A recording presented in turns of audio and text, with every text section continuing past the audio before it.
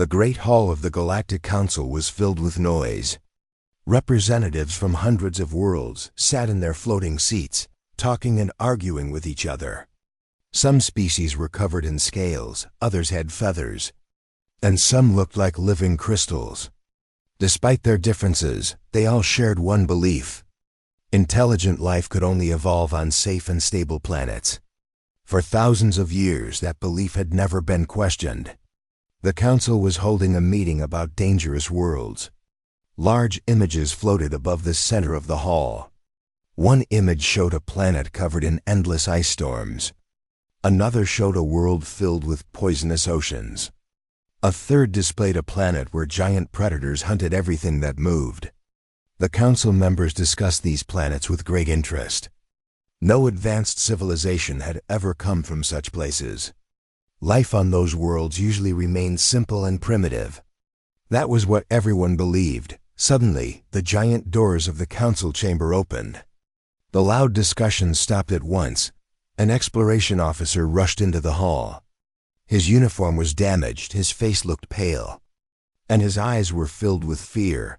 Many council members stared at him in surprise. This officer was known for staying calm under pressure. Seeing him frightened was unusual. The High Chancellor rose from his seat. "What happened?" he asked. The explorer took a deep breath. "I have returned from a newly discovered world," he said. The hall became quiet. Finding a new inhabited world was always important news. The Chancellor nodded. "Tell us about the species living there." The explorer looked around the room. For a moment, he seemed unsure how to begin. Then he activated a holographic display. A blue and green planet appeared above the center of the hall. "This planet is called Earth," he said. The council members studied the image. At first glance, it looked beautiful. Vast oceans covered much of its surface. White clouds drifted across the atmosphere. Several council members smiled. The planet seemed peaceful. Then the explorer started showing more information. The smiles quickly disappeared. Earth's gravity was much stronger than the galactic average. Its weather could change without warning. Massive storms crossed entire continents. Powerful earthquakes shook the ground. Volcanoes erupted with incredible force. Deadly diseases spread among living creatures. Large predators hunted across forests. Oceans and plains, the room slowly became silent.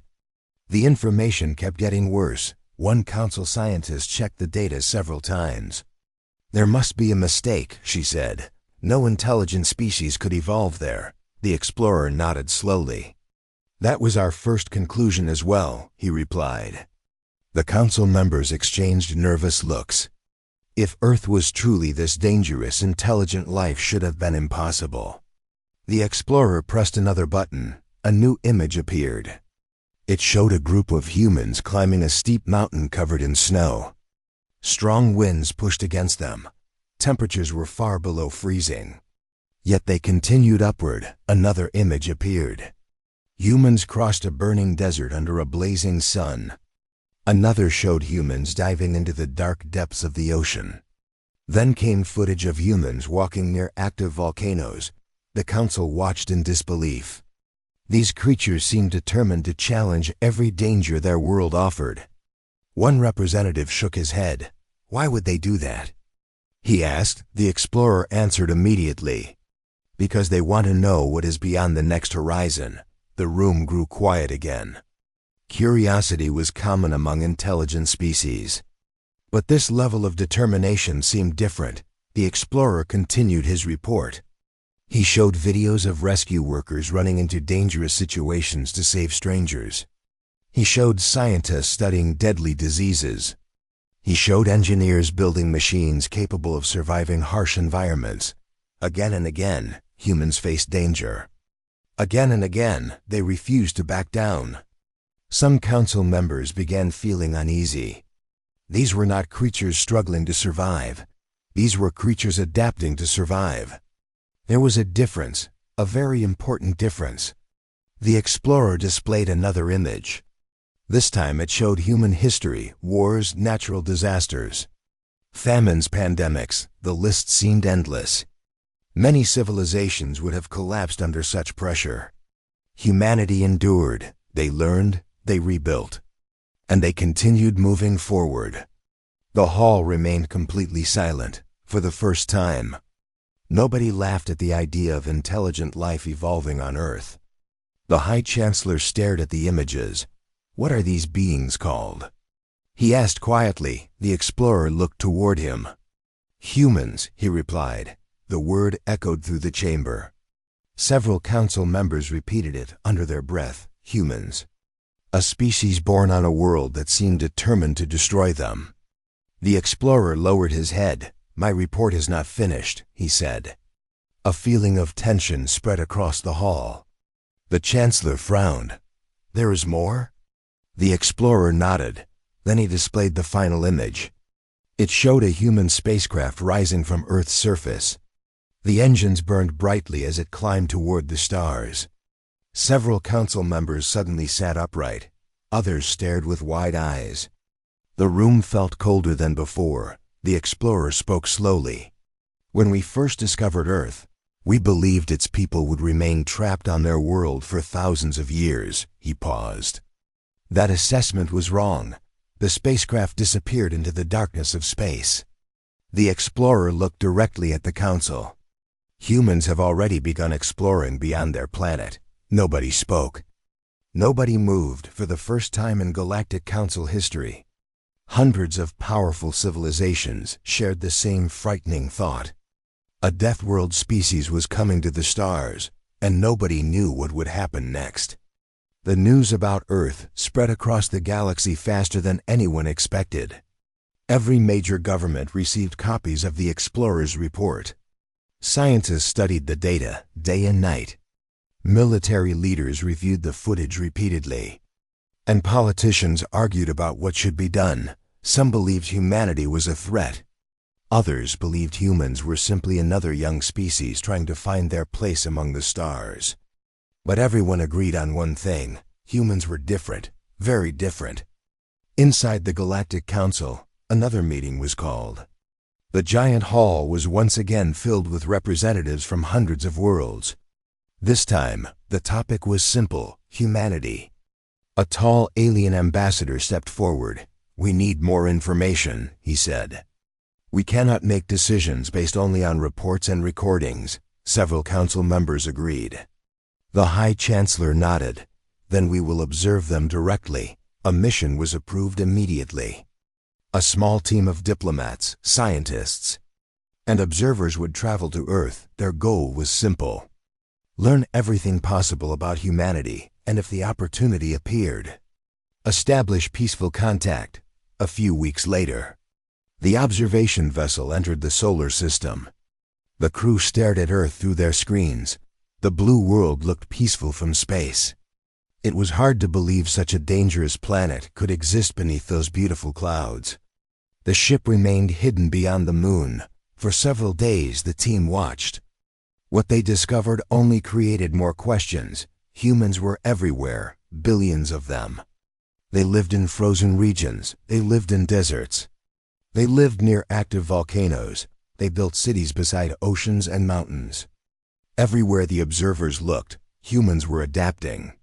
One scientist became particularly confused. According to galactic standards, Earth should have been too dangerous for such a large population. Yet humanity continued growing. The team watched human transportation networks. Millions of vehicles moved constantly. Aircraft crossed the skies. Ships crossed vast oceans. Satellites surrounded the planet. Everything seemed chaotic, but somehow it worked. The lead observer shook his head. No species should function like this, another scientist quietly replied. And yet they do. As the days passed, something else became clear. Humans were advancing rapidly. Their technology improved every year. They constantly created new inventions. Whenever a problem appeared, humans searched for solutions. Failure rarely stopped them. Sometimes they failed hundreds of times before succeeding. To many alien species, that behavior seemed almost unbelievable. Eventually, the council received the team's findings. The reports caused concern throughout the galaxy. Some leaders feared that waiting too long could be dangerous. Others argued that humanity deserved a chance. After weeks of debate, a decision was finally made. Official first contact would begin. A diplomatic ship was prepared. Its crew included some of the galaxy's most experienced ambassadors. Most believed the mission would be easy. Young civilizations usually reacted the same way. They became nervous, excited, sometimes frightened. The ambassadors expected something similar from humanity. They were wrong. The diplomatic vessel entered Earth's orbit and transmitted a peaceful message. Around the world, governments reacted with shock. News channels interrupted their broadcasts. Scientists rushed to observatories. Citizens stared at their screens. Humanity had just learned they were not alone for several tense hours. The world waited, then a response arrived. Human leaders agreed to meet. A landing zone was prepared. The alien diplomats descended toward Earth. As the ship landed, the ambassadors prepared themselves. They expected fear, perhaps even panic instead. They were greeted by smiling humans. Military guards stood nearby, but nobody appeared terrified. The ambassadors exchanged confused looks. The reaction felt wrong. One diplomat whispered, "Do they understand who we are?" Another quietly replied, "I believe they do." The meeting began. Human representatives welcomed the visitors and offered gifts. The report arrived at the Galactic Council under the highest level of priority. Within hours, scientists, military officers, and government leaders gathered inside a secure chamber. The subject was simple: human biology. Everyone expected unusual results. After all, humans came from a death world, but nobody was prepared for what the report contained. A senior scientist activated the holographic display. A rotating image of a human appeared above the center of the room. The scientist looked around at the audience. "What you are about to see has been verified by multiple research teams," she said. The room became silent. The first slide appeared. At first, it seemed ordinary. It showed the human skeleton. Strong bones, flexible joints, nothing unusual. Then the scientist moved to the next slide. The room immediately became uncomfortable. The display showed examples of human injuries. Broken bones, deep wounds, severe burns. The audience stared in shock. Many of these injuries should have been fatal, yet the humans had survived. Not only survived, many had fully recovered. Several council members exchanged nervous looks. One military commander leaned forward. "Are these medical records real?" The scientist nodded. "Every one of them." Another slide appeared. This one compared healing speeds between humans and several galactic species. Again, the results were surprising. Humans were not always the fastest healers, but they recovered from damage that would permanently disable many other species. A murmur spread across the room. The scientist continued. Humans evolved on a world where injury was common. Because of that, their bodies developed remarkable recovery abilities. The next slide appeared. Pain tolerance. The room became even quieter. The chart displayed dozens of species. Humans ranked near the top. Some council members looked confused. Others looked worried. One scientist raised a hand. "Are you saying humans can function while seriously injured?" The presenter nodded. "Yes, in some cases. Humans continue operating long after most species would become unconscious." A nervous silence followed. The information was becoming difficult to ignore. Humans were not simply surviving on Earth. They had been shaped by it. Every challenge had left its mark on their species. The presentation moved forward. Environmental adaptability. This section shocked the audience more than anything else. Most intelligent species preferred narrow environmental conditions. Small temperature changes could cause serious problems. Humans were different. They lived in frozen regions. They lived in tropical jungles. They lived in deserts. They lived on mountains. They adapted to almost every environment their world offered. One council member finally spoke. How is that possible? The scientist answered carefully. Earth constantly changes. Humans learn to change with it. The room fell silent again. The implications were becoming clear. Humanity's greatest strength was not their technology. It was adaptation. Whenever Earth created a challenge, humans found a way around it, or through it, or over it. The scientist advanced to another section, human psychology. This was where things became truly strange. The display showed countless examples from human history. Natural disasters, economic collapses, wars, disease outbreaks, resource shortages, again and again. Humanity faced crises, again and again. Civilization survived. The audience watched carefully. Many species would have collapsed under such pressure. Humans somehow endured. One military officer looked disturbed. Why do they keep recovering? He asked. The scientist paused before answering. Because humans expect problems. The room remained silent. The answer sounded simple, yet it explained everything. Humans did not view hardship as unusual. For them, challenges were a normal part of life. The presentation continued for several hours. Each section revealed another surprising fact. Human endurance, human creativity, human persistence. Every discovery pointed toward the same conclusion. Earth had created a species unlike any the galaxy had ever seen. Finally, the lead scientist reached the last page of the report. She took a deep breath. This is our final assessment. Everyone focused on the display. The room became completely silent. The conclusion appeared in large letters. Humans are not surviving their world. Humans conquered their world. For several seconds, nobody spoke. The words hung in the air. Heavy, uncomfortable, unforgettable. The scientist allowed the audience time to absorb the statement. Then she continued, when we first discovered Earth, we believed humans were victims of a dangerous environment. We were wrong. Earth challenged them for millions of years, eventually. They learned how to overcome those challenges. The room remained frozen. Many council members suddenly realized something frightening. If humans had conquered a world as dangerous as Earth, what might they accomplish elsewhere? The meeting ended soon afterward, but the report spread throughout the galaxy. Governments studied it. Military academies analyzed it. Universities debated it. The phrase became famous almost overnight. Humans conquered their world. For some, it inspired admiration. For others, it inspired fear among the stars. Opinions about humanity began to divide. Some species wanted closer relations. Others wanted stronger defenses. A few even suggested limiting human expansion before it was too late. Meanwhile, on Earth, humans remained unaware of the growing debate.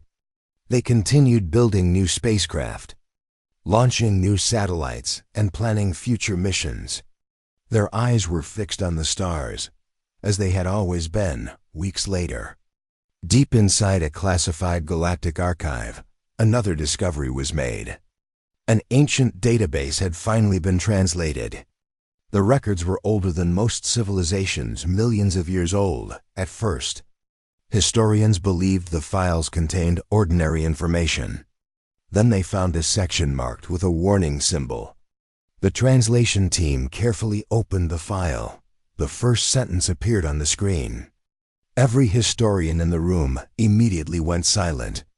The ancient message contained a prophecy. A warning left behind by a long-extinct civilization.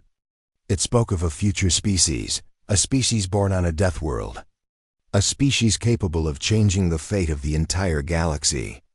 As the historians continued reading, their fears slowly grew. Because every description matched humanity perfectly.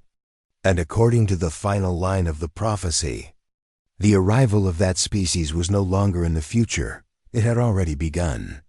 Part 4. The Human Secret. The ancient prophecy spread through the highest levels of the galaxy. Most citizens never heard about it. But leaders did, scientists did, military commanders did.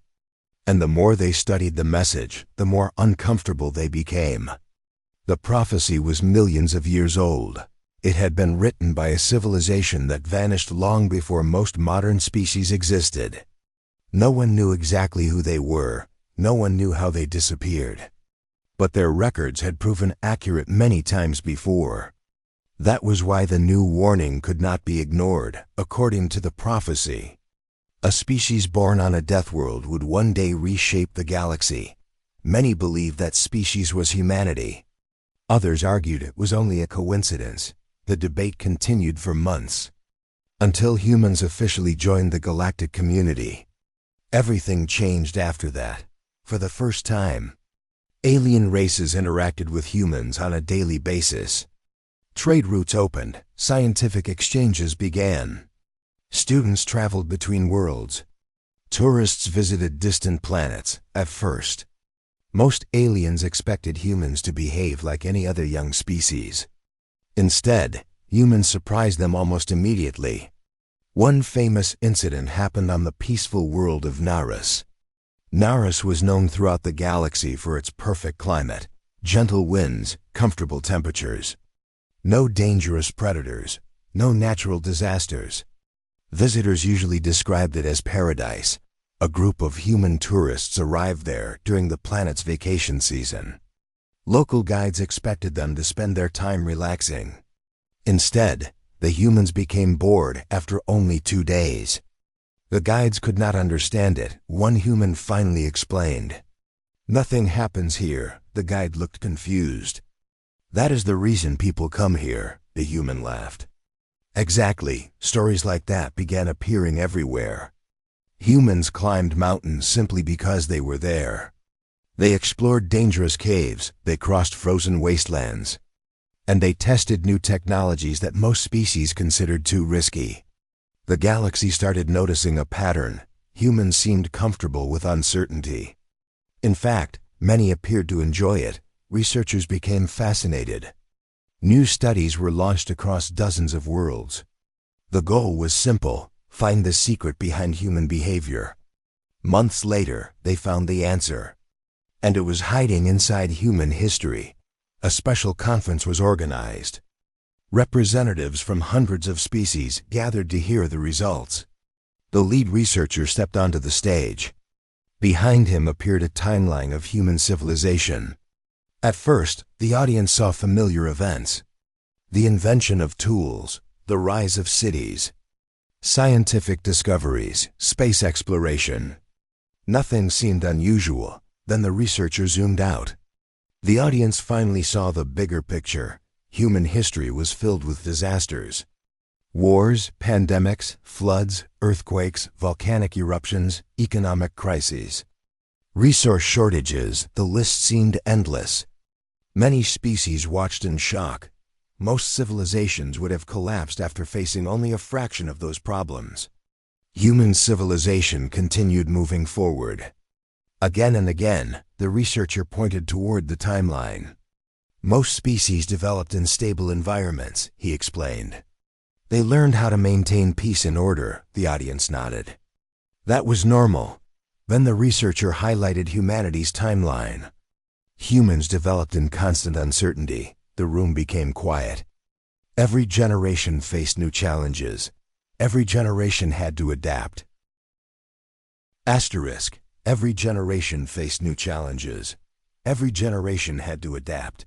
Every generation solved problems that previous generations never imagined. The audience listened carefully. The explanation seemed simple, yet powerful. Humanity's greatest strength was not intelligence. It was not technology. It was not physical endurance. It was adaptability whenever reality changed. Humans changed with it. That was the secret. The conference ended, but conversations about humanity only increased. Some species admired them, others feared them. Many simply remained curious. Then something unexpected happened. An archaeological team made a major discovery. Deep beneath the surface of an ancient world, researchers uncovered a hidden vault. The structure was older than any known galactic government. Inside were thousands of records left behind by extinct civilizations. Most contained historical information, trade records, maps. Scientific studies, nothing unusual, until one researcher discovered a sealed archive. The archive carried the same warning symbol found in the prophecy. Excitement spread through the team. The files were carefully translated. Hours later, the first results appeared. The room became silent. The archive described several ancient civilizations. Each one had become powerful. Each one had expanded across the stars. And each one had eventually disappeared. Researchers searched for a common pattern. Soon they found one. Every civilization in the archive came from safe worlds, stable worlds, predictable worlds. Then they found another section. This one was different. The records described a theoretical species. A species that could survive where others could not. A species shaped by hardship. A species capable of adapting faster than any rival. The description sounded familiar, too familiar. One researcher slowly looked up from the translation screen. "They're describing humans," nobody answered. Because everyone in the room was thinking the same thing. The archive continued, according to the ancient records. Civilizations from stable worlds often struggled when conditions changed. But a Deathworld species would be different. It would expect change, prepare for change, and survive change. The team immediately sent the findings to the Galactic Council. Emergency meetings followed. Experts argued for days. Some believed humanity represented the galaxy's greatest opportunity. Others believed humanity represented its greatest risk. No agreement could be reached meanwhile. Humanity continued exploring the stars, completely unaware of the growing concern. New colonies were established, new trade agreements were signed. Human ships traveled farther every year. To them, the future looked bright, but far beyond human space. Another power was watching, the Voran Empire. One of the oldest and strongest empires in the galaxy. For centuries, the Vorthans had ruled through strength and fear. They viewed younger civilizations as tools or obstacles, nothing more. When reports about humanity reached the Vorthan Emperor, he dismissed them immediately. "A primitive Deathworld species," he said. "They are not worth our attention," his advisors agreed. The Empire ignored every warning, ignored every report, ignored every prediction, until one day, a human colony appeared near Vorthan territory, and a single decision made by the Emperor would soon change the fate of the entire galaxy. Because the Vorthans were about to make a mistake that no one would ever forget, far beyond the borders of human space. The mighty Vorthan Empire continued to expand for hundreds of years. No civilization had been strong enough to challenge them. Their fleets controlled entire star systems. Their armies conquered planets with ease. And their rulers believed their power would last forever. When news about humanity first reached the imperial capital, the Vorthans paid little attention to them. Humans were simply another young species, a small civilization from a distant corner of the galaxy. Nothing more. The Emperor himself rarely mentioned them. Whenever advisors warned him about humanity's unusual history, he dismissed their concerns. "They are newcomers," he would say. "They will learn their place." Unfortunately for the Vorthans, humanity had no interest in learning that lesson. Over the next few years, human explorers continued expanding into nearby systems. New colonies appeared, trade routes grew, scientific missions pushed deeper into unexplored space. One of those colonies was called Horizon Station. It was built on a rocky world near the edge of Vorthan territory. The planet was not rich, it was not famous, but it was important. The colony served as a key supply point for human exploration. Several thousand settlers lived there.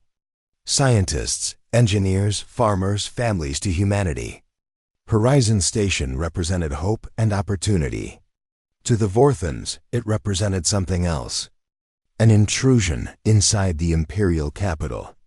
Military commanders demanded action. They believed allowing humans to settle so close to Vorthan space would make the Empire appear weak. The Emperor finally agreed. A decision was made. A warning would be sent. If the humans refused to leave, force would follow. The Imperial fleet arrived above Horizon Station without warning.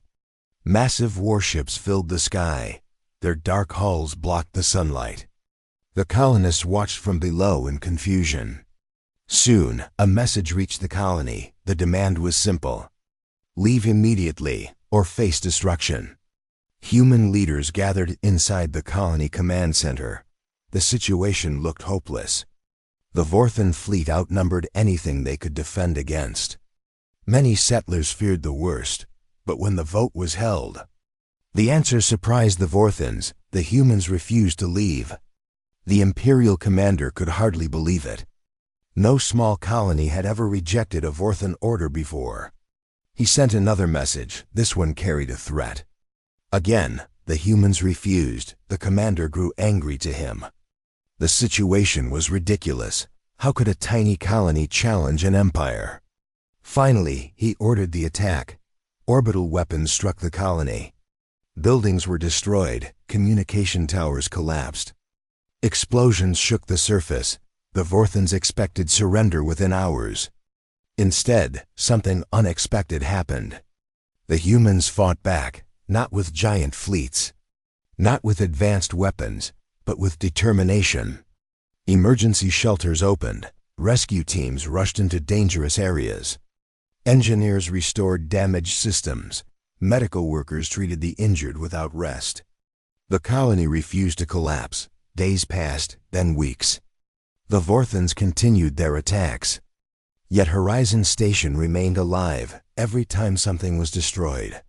Humans rebuilt it every time a system failed. Humans repaired it. The Imperial commanders became frustrated. Nothing was happening the way it should. Back on Earth, news of the attack spread quickly. Citizens watched reports from Horizon Station. Families worried about loved ones. Governments held emergency meetings. The entire human population focused on the colony. The Vorthans believed fear would divide humanity. Instead, it united them. Volunteers signed up for military service. Factories increased production. Shipyards operated around the clock. Scientists accelerated defense projects. Across human space, one message became common. Horizon Station would not stand alone. The Vorthans failed to understand what they had started. They believed they were attacking a single colony. In reality, they had challenged an entire species. Months later, the first human relief fleet arrived. The Vorthan commanders expected an easy victory. Their ships moved to intercept. The battle began immediately, to the surprise of the Empire. Human captains fought differently than expected. They adapted constantly. When one tactic failed, they changed. When a weakness appeared, they exploited it. The battle became chaotic. Several Vorthan officers struggled to predict human actions. Eventually, the relief fleet reached the colony. Supplies were delivered, defenses were strengthened, and Horizon Station survived. The victory was small, but its impact spread throughout the galaxy. For the first time, many species saw humans standing against the Vorthan Empire. And surviving, observers began paying close attention. Inside the Imperial capital, the Emperor was furious. A minor operation had become an embarrassment. He demanded a larger military response. More fleets were deployed, more resources committed. The Empire became determined to crush humanity once and for all. Yet some advisors started feeling uneasy. The reports arriving from the front lines were troubling. Human resistance was growing, not shrinking. Every attack seemed to make them stronger. Every setback seemed to increase their determination. One elderly advisor finally spoke during the council meeting. "We may have made a mistake." The Emperor stared at him coldly. "What mistake?" The advisor hesitated before answering. "We assumed humans fear hardship." The room became silent. Nobody responded, because deep down, everyone knew the statement was true. The Empire had misunderstood humanity from the very beginning. Earth had taught humans how to endure pressure, how to survive disasters, how to rebuild after loss. The Vorthans believed suffering would break them. Instead, suffering was making them stronger. Far away, at Horizon Station, workers completed another reconstruction project. Children returned to school, farmers returned to their fields. Engineers repaired damaged facilities, life continued. The colony was wounded, but unbroken, and while the Vorthans focused all their attention on Horizon Station, they failed to notice something important. Human fleets across dozens of systems were preparing for something much larger. Something far more dangerous. The first stage of a coordinated response was already underway. And soon, the Vorthan Empire would discover a terrifying truth. Attacking a human colony was easy. The Vorthan Empire believed victory was only a matter of time. Their fleets were larger, their weapons were stronger, and their territory stretched across hundreds of star systems. For centuries, that power had been enough. Every enemy had eventually surrendered. Every rebellion had been crushed. Every war had ended the same way. But this war was different, because humanity was different. Months after the attack on Horizon Station, the galaxy watched as tensions reached a breaking point. Human leaders gathered on Earth.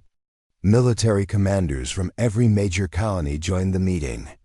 The decision was difficult. Nobody wanted a galactic war. But the Vorthans had already made their choice. Humanity would either defend itself or lose everything it had built among the stars. The vote was unanimous. Humanity would fight across human space. Preparations began immediately. Shipyards worked day and night. Factories increased production. New pilots completed training. Scientists shared technology between worlds. Every colony contributed something, large or small. The entire species moved with a single purpose. Meanwhile, the Vorthan Empire prepared its own offensive. The Emperor wanted a quick victory. He ordered a massive assault against several human systems. His commanders promised success, after all. They still believed humans were inexperienced. They still believed humans could be overwhelmed soon. The largest fleet in Vorthan history crossed into human territory. Thousands of warships moved through the darkness of space. The galaxy held its breath. The war had truly begun. The first major battle took place near the Vega Gateway, a strategic location connecting several important human colonies. The Vorthans expected to capture it within hours. Instead, they found human forces waiting. The battle started with long-range missile exchanges. Then came fighter attacks, then direct ship-to-ship combat. For days the fighting continued. Neither side gained a clear advantage. Vorthan commanders became frustrated. Human ships were not as powerful. Yet they kept finding ways to create problems. When one defensive line collapsed, another appeared. When a fleet was forced to retreat, it returned with a new strategy. The humans adapted faster than expected. One Vorthan officer summed up the situation perfectly. It is like fighting water. You push them in one direction, and they flow around you. The battle eventually ended with the Vorthans withdrawing. The Vega Gateway remained under human control. Across the galaxy, observers were shocked. For the first time in centuries, a major Vorthan offensive had failed. But that was only the beginning. As the war continued, humanity revealed more surprises. Engineers modified ships directly during combat operations. Scientists developed new defensive systems. Pilots created tactics that no military academy had ever taught. The Vorthans followed tradition. Humans followed results, again and again. The difference became clear. The Empire possessed experience. Humanity possessed adaptability, and adaptability was proving dangerous. Months turned into a year. The war spread across dozens of systems. Neither side escaped without losses. Cities were damaged. Ships were destroyed. Families suffered. Yet humanity refused to surrender. Every setback became motivation. Every defeat became a lesson. The galaxy watched in amazement. Many neutral civilizations began changing their opinions. At first they had viewed humans as reckless newcomers. Now they saw something else: determination. Several governments secretly opened communication channels with Earth. Others provided supplies and intelligence. A few even joined the conflict directly. The Vorthan Empire was no longer fighting humanity alone. It was facing a growing coalition. Inside the imperial capital, concern slowly turned into fear. The Emperor received increasingly troubling reports. Supply lines were under pressure. Several important systems had fallen. Human fleets were appearing in unexpected locations. Military planners struggled to predict their actions. One advisor finally delivered a warning: "Your Majesty, this war is changing." The Emperor frowned. "What do you mean?" The advisor swallowed nervously. "They are learning faster than we are." The room became silent. Nobody wanted to admit it, but everyone knew it was true. Every battle made humanity stronger. Every mistake became a lesson. The Vorthans had expected human resistance to weaken over time. Instead, it grew more dangerous. Then came the turning point. A massive Vorthan fleet launched an assault against the colony world of New Dawn. The Empire intended to destroy it completely. If successful, the attack would break human morale. The battle was fierce. For 3 days, the defenders fought desperately. The situation looked hopeless. Many believed New Dawn would fall. Then human reinforcements arrived. Not from one system, not from two, but from dozens. Ships from across human space emerged together. Thousands of vessels entered the battlefield. The sight stunned both sides. The defenders cheered. The Vorthans hesitated for the first time. The Empire found itself outnumbered. The battle that followed became legendary. Human fleets pushed forward with relentless determination. Vorthan formations broke apart. Command ships were destroyed. Retreat orders spread across the battlefield. By the end of the week, the Imperial fleet was in full retreat. The victory echoed across the galaxy. Celebrations erupted on countless worlds. Humanity had achieved something many believed impossible. The Vorthan Empire had been pushed back. After New Dawn, everything changed. More systems joined the Alliance. More fleets rallied to humanity's side. The balance of power shifted rapidly. For the first time in generations, the Vorthans were losing ground months later. Human and allied fleets launched a coordinated counteroffensive. System after system fell from Imperial control. The once unstoppable empire found itself on the defensive. Panic spread among its leaders. The war was no longer about conquering humanity. Now it was about survival. At the center of the empire stood the Vorthan capital world. The heart of imperial power, protected by the largest defense network ever built. For centuries, no enemy had reached it. Now allied fleets were moving directly toward it. The final campaign had begun. As thousands of ships gathered near the borders of the capital system, every civilization in the galaxy watched. History was about to be written, and no one knew how it would end. Because the greatest battle the galaxy had ever seen was about to begin. The Vorthan capital system had never known fear for centuries.